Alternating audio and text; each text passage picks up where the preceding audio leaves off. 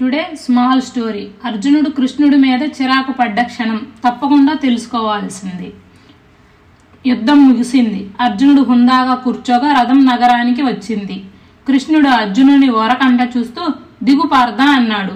పార్థుడు మొహం చిట్లించాడు, చిరాకు పడ్డాడు.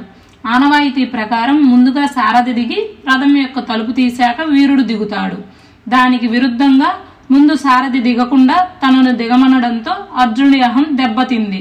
అయినా ఆ మహానుభావుణ్ణి ఏమీ అనలేక అర్జునుడు రథం దిగుతాడు.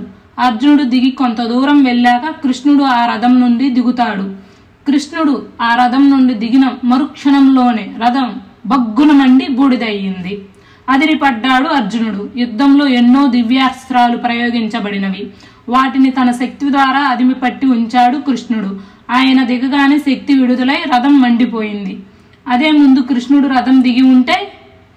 అలాగే మన వారి నుండి కొన్ని మాటలు చేతలు మనల్ని నొప్పించే విధంగా ఉంటాయి. అంత మాత్రాన అవి మనకి చెడు కలిగించేవి కాదు. మనకు మంచి చేయాలనే ఉద్దేశంతోనే అలా మాట్లాడి ఉంటారు లేదా చేసి ఉంటారు అని అర్థం చేసుకోవాలి. అంతేకాని అపార్థం చేసుకోకూడదు. కథ నచ్చితే లైక్ చేయండి, షేర్ చేయండి, సబ్స్క్రైబ్ చేయండి. Thank you for listening.